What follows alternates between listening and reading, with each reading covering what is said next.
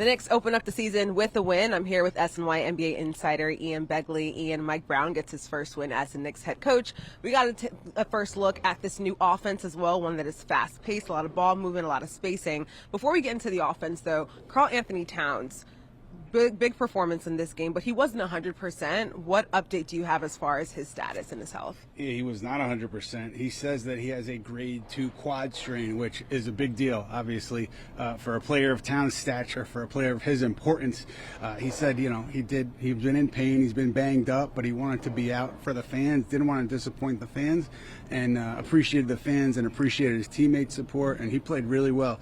Early in the fourth quarter, Knicks went on a run. He had 7 points in a 12-0 run, an assist and a steal, so he was all over this win. Definitely was. Let's get into the offense, though. Of course, the Knicks playing without Mitchell Robinson and Josh Hart, but what did you see as far as what this new look offense does look like? It is a very fast-paced offense. It is, and I thought the Knicks, Mike Brown talked about it after the game, got a lot of good looks from beyond the arc, and that's going to be something that is probably be a barometer for this offense. If they're getting those looks like they did tonight, things are going well. Mike Brown likes to track when guys get in the paint and kick it out for three, and he said they had 20 of those tonight. He wants to get around 28, but the idea that they're generating these good looks, and it's not just one or two players, it's really guys up and down the roster either generating a look or taking a shot, and that diversity is what you saw on offense a lot tonight in Mike Brown's debut. And speaking of good looks, OG Anunoby, a big game for him, 24 points, 14 rebounds.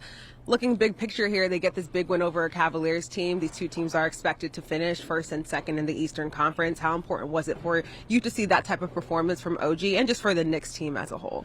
Yeah, look, I think big picture, probably they had guys out. The Cavs didn't have Darius Garland. They were down Max Strus. And then, obviously, the Knicks, you said it, no Mitchell Robinson, no Josh Hart. So these teams are not whole, but the idea that the Knicks could get a win dealing with the injuries that they're dealing with, I think it says a lot about the group and their ability to kind of fight through some adversity. Also, Mitchell Robinson, he continues to be on that workload management program. We don't know his status for Friday. Mike Brown said before the game, something where we could hold him out for 5 games in a row. It's just kind of how they feel it out day by day with Robinson. So I thought that was interesting. Lots of challenges for them so far to start the season, but ultimately they start the year with a win. Thanks so much, Ian. Look who's joining us. It's Jonathan Macri from Knicks Film School here on Honda Sports Night. And Jonathan, as we just heard, it did not take long to see how Mike Brown is going to be different from Tom Thibodeau. 6 players off the bench taking the court in the first half. How did going 11 deep impact this win? Well, I mean, it impacted me. I lost my voice screaming for all these bench guys coming in there and producing. I didn't know you were allowed to take 6 guys off your bench and put them into an NBA basketball game. We haven't seen this sort of bench production from a Knicks team in years. And I think it mattered on 2 fronts. Number one, you look at the guys who had the biggest impact on this win. Deuce McBride hit arguably the 3 biggest shots of the game, some massive 3-pointers to stem Cavalier momentum. And then Tyler Kolek, going from a guy who a lot of fans wanted moved out after an underwhelming summer league to now manning the backup point guard position after Malcolm Brogdon's retirement. But more than any of that, the fact that the Knicks were able to keep their guys, their main guys, their starting guys, rested, and that's even with the absences of Mitchell Robinson and Josh Hart, that they still didn't need to overextend your Jalen Brunsons and your Karl-Anthony Towns because of the production of the bench. It was absolutely the difference in the game. You mentioned Tyler Kolek. You probably weren't the only one losing your voice, as our colleague John Harper was probably screaming and jumping up and down seeing his guy get so many minutes in this one. Now, Mike Brown wants the Knicks to play faster, take more threes. How emphatically were those boxes checked in the opener? I thought they were both checked. 43 pointers put up by the Knicks.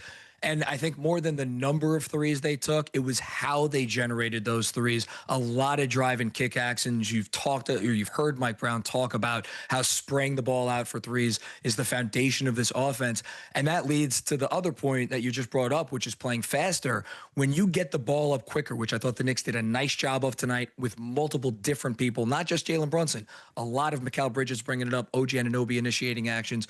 You give yourself more time for, if the first action doesn't go anywhere, you have a second action, you have time for a third action. That's a big reason I thought the Knicks were able to get a lot of quality attempts tonight. And honestly, this game wouldn't have been close if they hit, I think, a lot of the open threes that they missed. A lot of those will go down moving forward. All right, Jonathan, big picture question here. And look, we all know we're not even at Halloween and it's only one game. But how significant is it to you that they open up with a win against a team that they were winless against last year? It's massive for their mentality. You know, Mike Brown comes in and he talks about his tenets, the things that are important to a basketball team if they're going to win. And the first one he keeps preaching is sacrifice. And sacrifice sounds great. Everybody wants to buy in, right? But it's a lot harder to sacrifice when the wins aren't piling up. So for them just to get off on that right foot and guys to know, hey, if we buy into this more equal opportunity, ball movement centric offense where everybody kind of shares on the wealth, we're going to win basketball games, and we could win basketball games against the very best teams in the league, including a Cavs team that won a lot of games last year, and I'm sure is going to be heard from again before all said and done. We're going to have more on the Knicks opening night win from the Garden later on in the show. Jonathan, thanks for joining us here on Honda Sports Night. Appreciate it.